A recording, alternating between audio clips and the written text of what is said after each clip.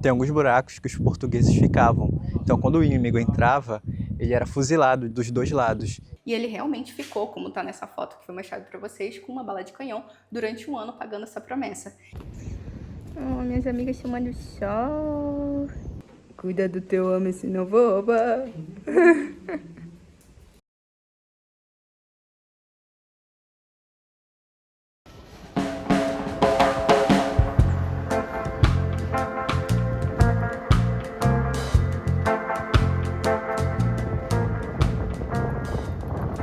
Hoje nós viemos conhecer aqui o Forte Orange.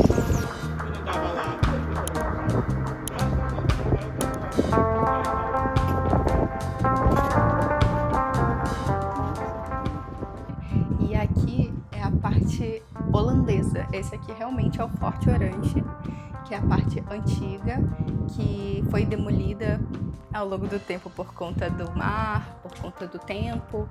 E aí esse grandão que tá aqui em volta é a Fortaleza de Santa Cruz, que na verdade ele é português, porque antigamente aqui no século XVII os holandeses vieram, construíram esse e depois os portugueses tomaram e criaram esse grandão, que na verdade estava em ruínas.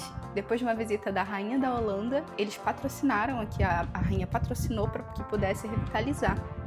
A gente teve a sorte de conhecer o Geraldo, que é um guia de turismo. Ele estava ali na porta do forte, só que ele não costuma estar o tempo inteiro, então acho que seria interessante você vir com um guia, porque quando você entra, você vê ruínas de uma fortaleza e fala assim, ah, interessante, mas com a história muda tudo e a perspectiva, e ele explica tudo direitinho.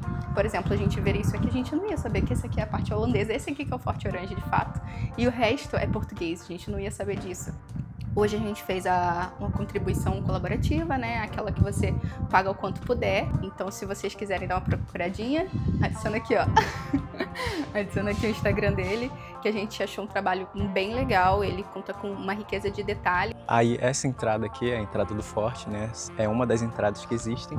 E ela é conhecida como a entrada da morte, porque aqui nas laterais tem alguns buracos que os portugueses ficavam. Então, quando o inimigo entrava, ele era fuzilado dos dois lados. E o ponto interessante dessa entrada, desses buracos, assim, é que eles não se cruzam. O forte, ele estava abandonado. E foi antes dessa visita da rainha da Holanda. Tinha esse rapaz aqui, mostra uma fotinho dele.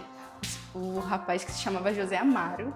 E aí ele precisava pagar uma promessa. Em dezembro de 1979, enquanto lutava com dificuldade para conseguir permissão do exército para tomar conta do Forte Orange, José Amaro fez uma promessa de que se ele conseguisse a permissão, ele ficaria 1 ano sem sair de dentro do forte com uma bala de canhão presa na perna. E aí esse rapaz, ele também era artista.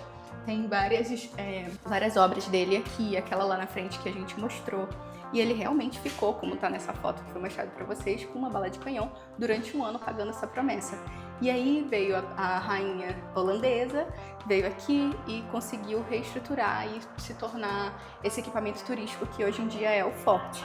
Então aqui a gente encontra várias fotos dele, aqui com a rainha da Holanda, tem aqui também ele fazendo as esculturas e essa parte de talhar, né, os quadros que tem aqui também, dentro desse acervo, o museuzinho que tem aqui dentro.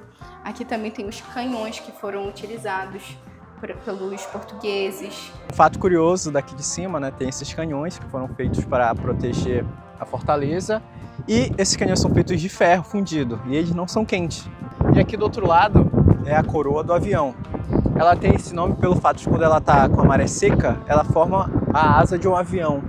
Aqui o forte é uma parte histórica, né? A trilha dos holandeses também vale a pena ser visitada, é outra parte histórica. A Vila Velha também é uma parte histórica interessante de conhecer, porque a Ilha de Itamaracá não é só turismo de praia e sol, também tem essa parte histórica que vale a pena dar um pulinho, né? Pernambuco, no geral, assim, pelos lugares que a gente passou, a gente viu que tem bastante problema de lixo, né? De coleta de... E aqui não é diferente, então é bom também ter essa consciência ambiental. A gente acho que essa experiência aqui em Pernambuco, estando na ilha, a gente cresceu a nossa consciência ambiental, principalmente por ver. Não adianta a gente tirar o lixo e colocar em outro lugar, porque a gente só está escondendo. E daqui do rio vem o lixo que é jogado nos mares, que é jogado no rio, que é jogado pela população.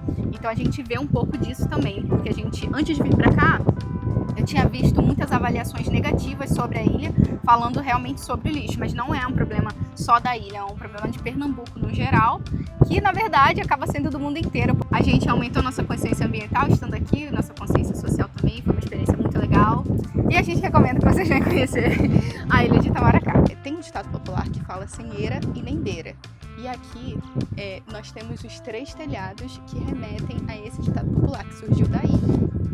Quem tinha pouca condição social financeiramente, só tinha um telhado. Quem tinha mais ou menos tinha 2. E quem tinha mais tinha 3. E aí é sem eira, beira, tribeira. Ou seja, quem não tem nem eira nem beira significa que não tem teto, não tem um telhado. Daí vem essa expressão popular.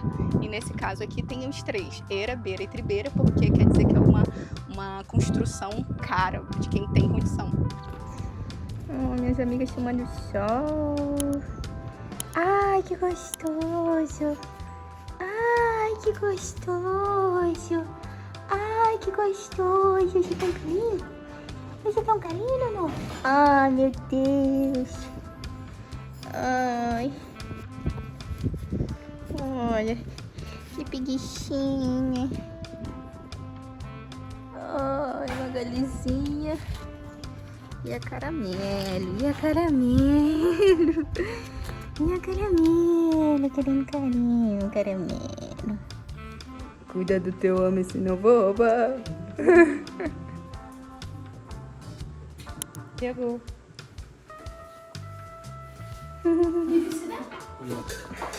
Parece que ela entrava só pra pessoa não conseguir ler, né?